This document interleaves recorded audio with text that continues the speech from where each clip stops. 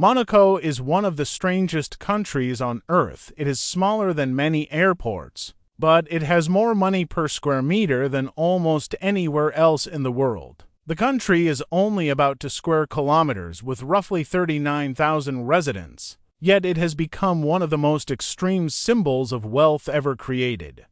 This is the country where more than a third of the population are millionaires, according to Henley and Partners. Over 40% of Monaco's residents are millionaires, and the average wealth per resident is above $20 million. That sounds almost unreal. But Monaco is not rich by accident. It is a machine built for rich people. Everything in Monaco is designed around one idea: make wealth feel safe, safe from taxes, safe from instability, safe from crime, safe from political chaos, safe from being ordinary. And that is why the world's rich keep coming. Monaco does not look powerful in the normal way. It does not have a huge army, a giant population, big factories, oil fields, or a global tech empire. But it has something many rich people value more than size: protection. Protection of money, privacy, lifestyle, status, and access. In a world where governments raise taxes, currencies lose value, banks fail, wars begin, and political systems change, Monaco sells one of the most expensive products in the world: certainty. That is the real business of Monaco. People think Monaco is about yachts, casinos, Formula One, luxury apartments, and supercars parked outside hotels. Those things are real, but they are only the surface. The deeper product is residence. A Monaco address is not just an address. For many people, it is a financial strategy, a status symbol, and a legal position. The country became famous for having no personal income tax for most residents. This rule goes back to the 19th century, with an important exception: French citizens are generally treated differently because of agreements with France. For wealthy people from high-tax countries, this matters enormously. If someone earns millions every year, moving to a place with no personal income tax can change their entire financial life. The more money you make, the more valuable Monaco becomes. That is the basic logic. Monaco is expensive because it can be. Land is almost impossible to find. The country is squeezed between France and the Mediterranean Sea. There is no countryside to expand into, no cheap suburbs, no endless open land. When rich people from around the world all want the same tiny piece of coastline, prices become absurd. In Monaco, real estate is not just housing. It is a gatekeeping system. An apartment is not only a place to live. It is proof that you can afford to exist there. The price of property filters the population before the government even has to say anything. If you cannot afford the rent or the purchase price, Monaco quietly pushes you out before you arrive. That is why the country feels unreal on paper. Monaco is a city-state. In practice, it is a luxury vault with streets, schools, restaurants, banks, marinas, and apartment towers built on top of it. But Monaco was not always this rich. For much of its history, it was a small principality trying to survive between larger powers. Its geography was beautiful, but beauty alone does not make a country powerful. The turning point came when Monaco understood that it could sell escape. In the 19th century, the Monte Carlo casino became one of the most important symbols of the country. Gambling was restricted or controversial in other places, but Monaco turned it into an attraction for Europe's wealthy elite. The casino brought money, visitors, and glamour. It helped transform Monaco from a small Mediterranean territory into a playground for aristocrats, bankers, and international high society.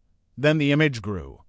Monte Carlo became a name that sounded like wealth before people even knew what the country actually did. The casino, the hotels, the sea, the cliffs, the royal family, the expensive cars, the beautiful weather, all of it became part of the brand. Monaco learned something early: rich people do not only buy comfort, they buy atmosphere. A normal tax haven can be boring. Monaco made itself cinematic. That is what makes it different. It is not just a place to hide money, it is a place where wealth can perform itself in public. A billionaire does not move to Monaco only to reduce taxes. He moves there because the lifestyle confirms the identity. The yacht in the harbor, the apartment overlooking the sea. The dinner near Casino Square. The Formula One race going through the streets. The private bank, the luxury watch store. The supercars outside the hotel. Monaco turns money into scenery. This is why the country became so powerful as a luxury symbol. It created a full ecosystem for the wealthy. If you are rich enough, Monaco offers almost everything you want in a tiny radius: financial services, security, elite schools, private clubs, high-end health care, luxury shopping, restaurants, marinas, events, and access to other rich people. That last part is important. Rich people do not only move where taxes are low, they move where other rich people are. Money attracts money. A billionaire wants to be near bankers, investors, lawyers, yacht brokers, art dealers, luxury real estate agents, private security, family offices, and other people who understand how big money works. Monaco provides that network in one of the smallest and safest environments on Earth. This is why the country is more than a tax story. Taxes may bring people in, but the ecosystem keeps them there. Monaco also sells safety in a way few places can. The country has a reputation for extremely tight security, heavy surveillance, and a visible police presence. For ordinary people, that might feel excessive. For ultra-rich people, it feels comforting if you are worth hundreds of millions. Normal cities can feel risky: theft, kidnapping, political anger, public exposure, random crime, and social instability are all real concerns. Monaco offers the feeling that the environment is controlled. That control is part of the product: clean streets, cameras, police, private buildings, regulated spaces, wealthy neighbors, and very little visible poverty. It creates the impression of a country where disorder has been priced out. But that also reveals the uncomfortable side of Monaco, a city built for the rich. Still needs workers. Restaurants need staff. Hotels need cleaners. Buildings need maintenance. Yachts need crews. Offices need assistants. Shops need employees. The luxury machine requires thousands of people who cannot afford to live inside the machine. Many workers commute into Monaco every day from France and Italy. They serve the economy, then leave because the housing market is too expensive. This creates one of the clearest examples of modern inequality. A country where wealth is concentrated so intensely that many people who keep it running cannot actually live there. Monaco is not only a paradise, it is also a pressure cooker of status. When almost everyone around you is rich, normal wealth stops feeling special. A millionaire in Monaco is not automatically impressive. In many places, having $1 or $2 million makes you elite. In Monaco, that may not even buy enough space to feel secure. That changes the psychology of money. The country compresses global wealth into a tiny territory. People compare apartments, yachts, cars, watches, views, connections, and family offices. The result is a place where luxury becomes normal and normal life becomes almost impossible. This is why Monaco is fascinating. It shows what happens when a country fully optimizes itself for high net worth people. Most countries try to balance workers, families, industry, agriculture, public services, infrastructure, politics, and national identity. Monaco focuses on a narrower formula: attract wealth, protect wealth, entertain wealth, and build around wealth. That formula made it unbelievably rich. Monaco's economy is built around services, finance, real estate, tourism, events, and luxury activity. It does not need to produce cars like Germany or chips like Taiwan. It produces a legal and social environment that rich people want to buy into. This is a different kind of economic model. A factory country sells products, a resource country sells oil or gas. A tech country sells platforms and software. Monaco sells access to a protected life. And because the supply is tiny, the price keeps rising. Scarcity is Monaco's greatest natural resource. The country has almost no land. So it creates value by making every square meter matter. It builds upward, expands into the sea, renovates constantly, and treats space as a luxury asset. Even the coastline becomes part of the economic strategy. The Millionaire project is a perfect example of Monaco's logic. If there is no land left, create more land from the sea and sell it at the highest level of the global market. Monaco does not expand like a normal country. It expands like a luxury product launching a limited edition. This is why real estate is central to the story. In many countries, housing is where people live. In Monaco, housing is also a financial instrument, a residency tool, and a status marker. The apartment is part of the passport into the Monaco ecosystem that creates enormous value, but also enormous distortion. A country where land is that expensive cannot function like a normal society. It becomes selective by design. Every new resident, every new building, every new apartment becomes part of a competition for space. And the winners are usually the richest people in the world. Monaco also benefits from location. It sits on the French Riviera close to Nice, Italy, the Alps, major European cities, and the Mediterranean luxury circuit. You can live in Monaco and quickly reach Paris, Milan, Geneva, or London. You can move between yacht culture, finance, skiing, fashion, motorsport, and European business without feeling isolated. This matters because rich people want both privacy and access. A remote island may be private, but it can be inconvenient. A major city may be connected, but it can be chaotic. Monaco offers a rare combination: small, controlled, beautiful, connected, and globally recognized. That recognition is part of the value. When someone says they live in Monaco, people instantly understand what it means. The country has turned its name into a wealth signal. That is branding at the national level. The Monaco Grand Prix made this even stronger. Formula One cars racing through narrow city streets created one of the most iconic images in sports. It is not just a race. It is Monaco advertising itself to the entire world. The track passes through the city, past yachts, luxury balconies, and famous corners. Every broadcast turns the country into a moving commercial for status. This is genius. Most countries pay for tourism campaigns. Monaco built a global sporting event where the scenery itself is the advertisement.